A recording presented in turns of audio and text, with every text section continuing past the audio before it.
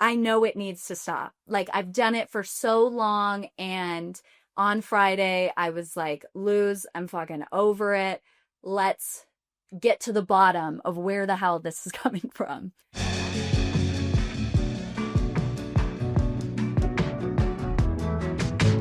Welcome to The Bitch in My Brain, the personal growth podcast where we address negative self-talk, build confidence, own our self-worth, and have a good-ass time doing it.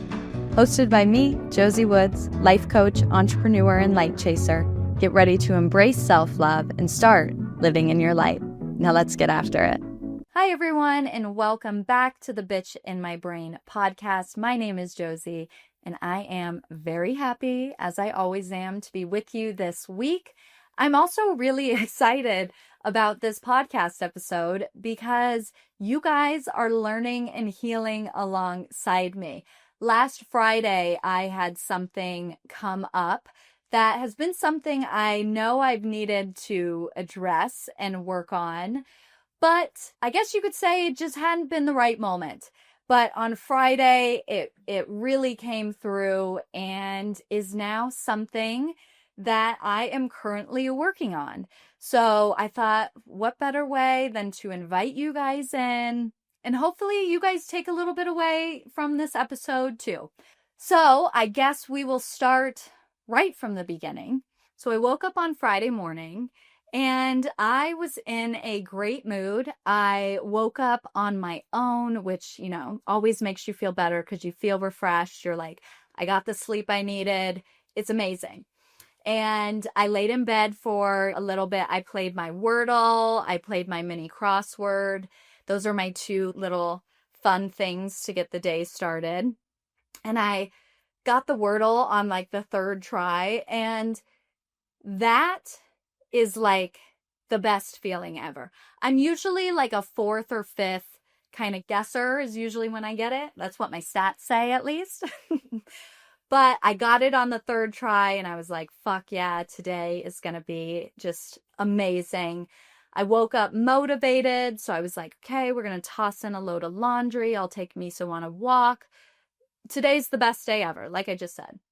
And just a little bit after me, Sam woke up and he was just a morning grump. He is not a morning person to begin with. And I am a morning person, so that's when I thrive the best. And that is when he does not. We'll say it like that. So he woke up in kind of a frustrated mood. He was explaining to me, why he was frustrated. And it was definitely putting that a little bit of negative energy out there. Sorry to call him out, but, I say it how it is, Sammy, you know that. I was like, okay, don't let this impact us too much. We'll take Miso on a walk. So there was probably like a foot of snow, or at least what felt like a foot of snow. So I bundled up and I decided to take Miso over to the stadium. We live right by a football stadium. Maybe I should be careful about telling people close landmarks around me, but I trust you guys. I trust you're not going to be a little weird. Anyway, we walk over to the stadium and there's some open space around there. So we like to let Miso off the leash so he can just be free, be a dog for a little bit and have a good time. And so I let him off the leash and he was just an absolute asshole. He would not listen when I would call him back. I had conversations with him like, listen, buddy, get it together or you're going back on the leash. But I like to consider myself a cool mom, so my threats I didn't enforce. But he just was not listening, and it was irritating me so much. And then on our way back, I'm walking on the side of the street, and a snowplow comes by and literally sprays me all over the side, like on my jacket. It was everywhere. It was just disgusting, black, salty mush. Imagine in those rom-coms where it's raining and a taxi drives by and it splashes them and it's like, just add it to the fucking list of things that are going wrong. That's how I felt in that moment. And at that point, I was just like, what the fuck is going on? Like, where did this morning take a turn? Like, this sucks. But luckily, that morning, I also had a coaching session with one of the best coaches I know, Dr. Luz. She's absolutely amazing. And I walked into the session and I told her, I was like, I have a problem with picking up external energy. I know for a fact that this morning I woke up in a great mood, and now I'm sitting before you in a angry, frustrated mood. And I know it's because of the negative energy that I took on in the morning. And I do this with so many different people, so many different experiences, situations, that I know it needs to stop. Like, I've done it for so long, and on Friday I was like, Luz, I'm fucking over it. Let's get to the bottom of where the hell this is coming from. So we started with a little visualization, which Luz is always amazing at. And she had me really drop into my body and really ground myself. She asked me where I feel this external energy in my body. And I immediately said my shoulders and kind of like neck and upper back and, where you carry weight. And what immediately came to mind was this feeling of like a backpack. And that backpack had all the external emotions and energy that I would pick up from people. And this backpack was heavy as fuck. Like, this backpack, I imagined myself, how, look at me. If you're watching YouTube, you're going to see me acting out basically what I'm doing. But you know how in elementary school, like when your backpack was too big or too heavy, you would like pull on the straps and it would like tighten the actual backpack straps so that you could like kind of offset the weight a little bit. That was the motion that I was kind of doing, but I was also leaning forward. And that sparked some curiosity because in a way you would think that the heavy backpack was weighing me down or holding me back, which in a way was true. But we were also curious about the fact that I was leaning forward. And so as we dug a little bit deeper into that, what we realized was there was kind of this deeper emotion under both of those things, under both of those movements. And so she had me really identify what's on the other side of me feeling like I need to have everyone's energy and emotions on my back. And the thing that was underneath it was guilt. And so once we had that information, we went a little bit deeper and uncovered that the backpack really symbolized my guilt of not helping others or not supporting others. So really, guilt was that emotion and influence on me taking other people's energy. But what I also realized was me leaning forward symbolizes the responsibility I feel for taking care of myself. So it really showed how I'm trying to take care of myself, be responsible for my future self, do the things that are in service of the best version of me, either in the moment or in the future. And then I have this previous responsibility that's keeping me stuck because I'm kind of stuck like in the middle between being pulled backwards, but also trying to force this momentum forward.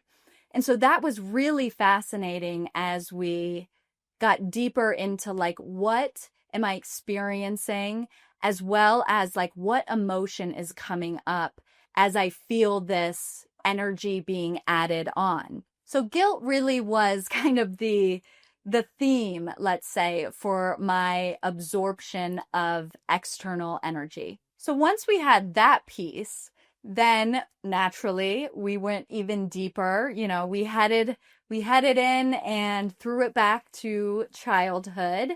And she had me identify the younger version of me where that guilt was really stemming from. What came up was I connected with a 12-year-old little Josie.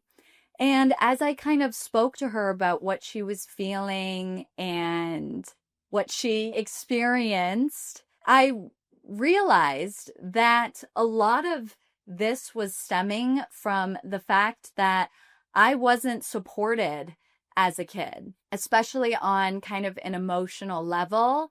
I never had anyone that I could really go to for things, and I didn't have anyone that I could trust that 100%, had my back. So I I processed a lot of painful things by myself.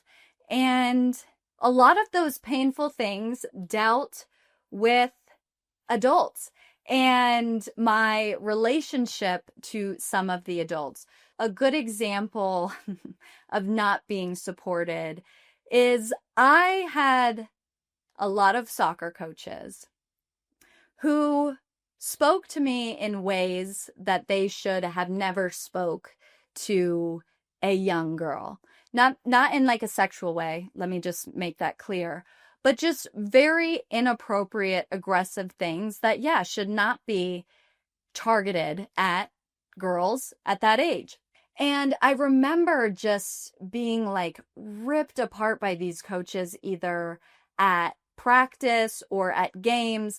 And most of the time it's because I was outspoken, and 50-year-old men don't like 12-year-old girls saying or giving feedback. They weren't very accepting of that. And in return, there was a lot of anger that was sent my way by these men or boys. I don't know. I'm still a little resentful. We're working on it. So as I talk about soccer, I might dog them a few times until I'm fully healed. But I remember after being absolutely obliterated by these coaches, I remember looking around and seeing everyone staring. Like, all my teammates were just staring at me. All of the parents on the sidelines were just staring at me, and there was just silence. And I would just look around and be like, why, like, what is going on? Who has my back? And there would be times where I would get in the car after a game and there would be silence in the car. And a lot of the time that had kind of the bitch in my brain going, why are you like this? Why can't you just shut your mouth? And kind of, nobody must like you, or stuff like that. Like, it really triggered the bitch in my brain. But it also created this really, really deep belief that no one is there for you, so you need to be there for others. And me taking on other people's energy, I know, has a huge connection to that limiting belief of no one's helping me. I need to be there for others. I need to make sure that they don't feel that same pain or isolation that I was feeling. And of course, that's a good thing, or can be a good thing. I know that my inner passion and my purpose is to help people, is to serve people, but it can come at a cost, just like all things. Everything we do has a consequence. Sometimes it's positive, sometimes it's negative, but there's always a cost that is paid. And so, more times than not, my inner empath wants to feel alongside people. I want to support people in a very connected way. And in order for me to do that, I really embody the emotion or pain of that other person. So if someone's happy, I'm happy. But if someone's frustrated, then I'm frustrated. And I put myself in their shoes and the exact experience that they might be feeling.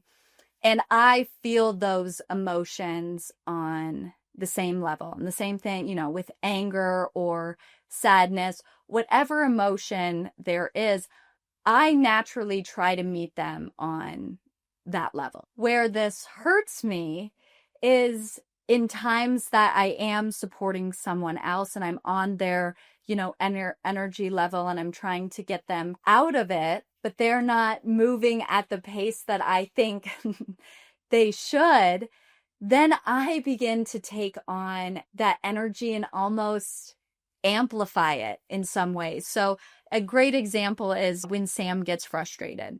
So when Sam's frustrated, my go-to is like, okay, I can relate to you. What are you going through? Let's get a game plan. I'm very solution oriented. Like, how can I make you feel better? And we can move this out of the way and all will be well. But a lot of times Sam doesn't process in the same time frame I do.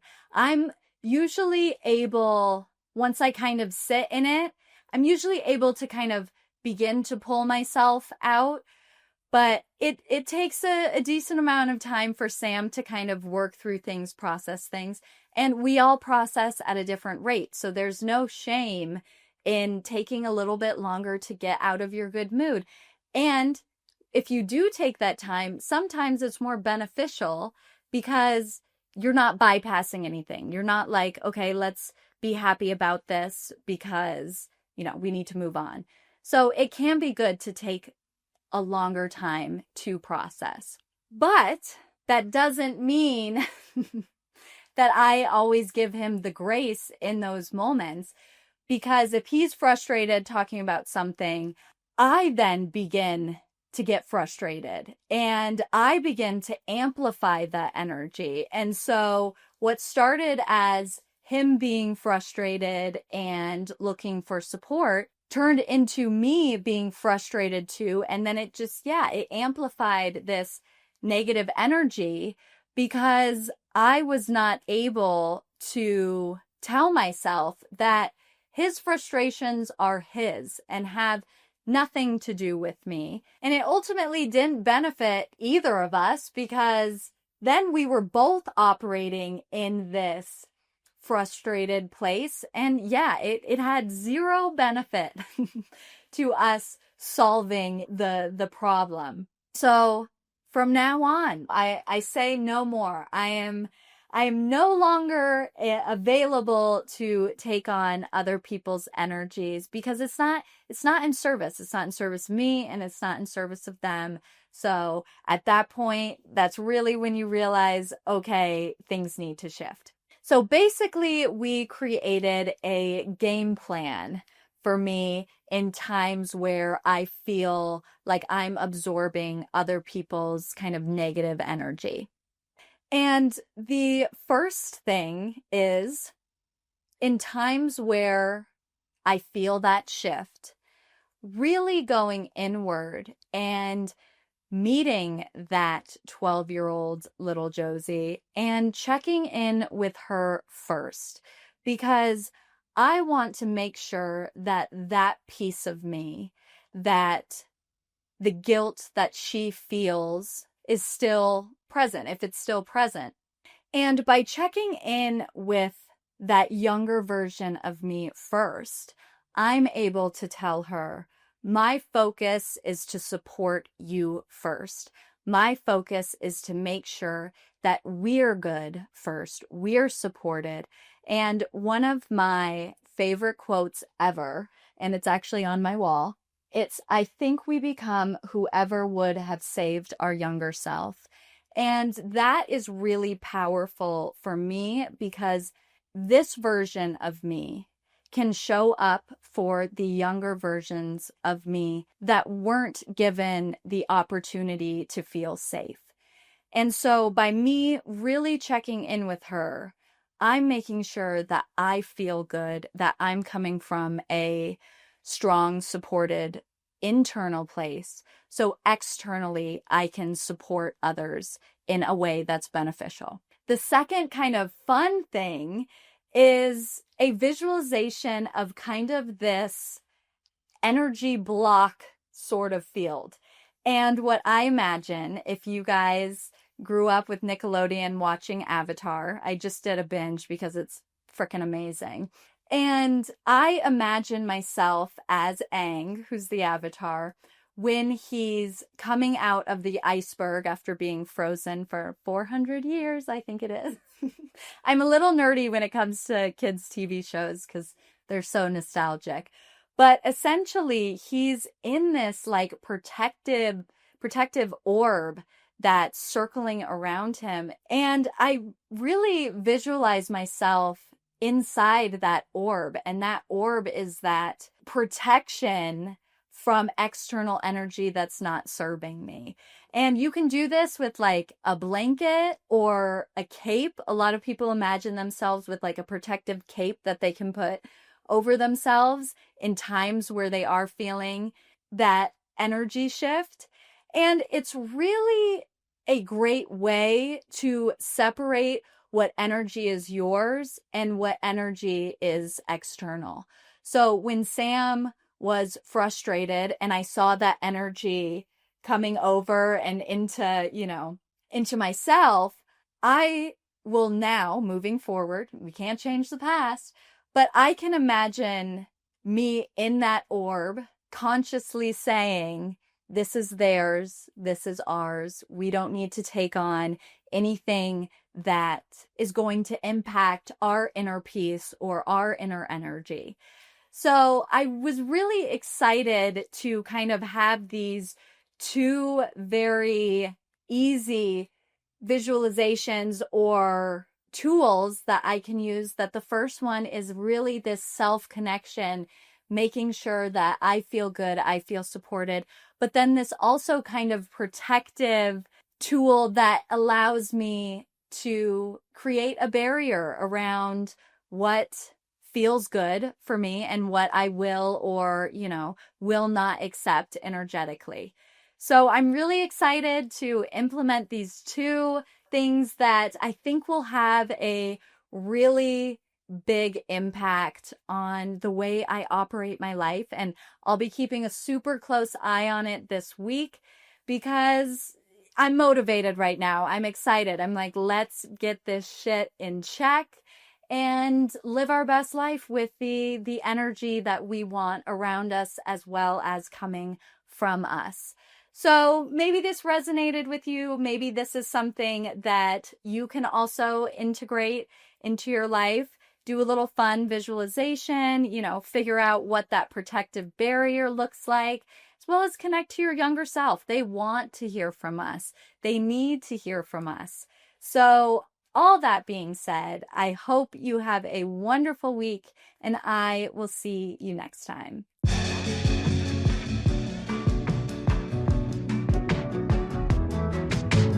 Thank you so much for joining me today. I hope this episode spoke to you, and I can't wait to continue to share so much more.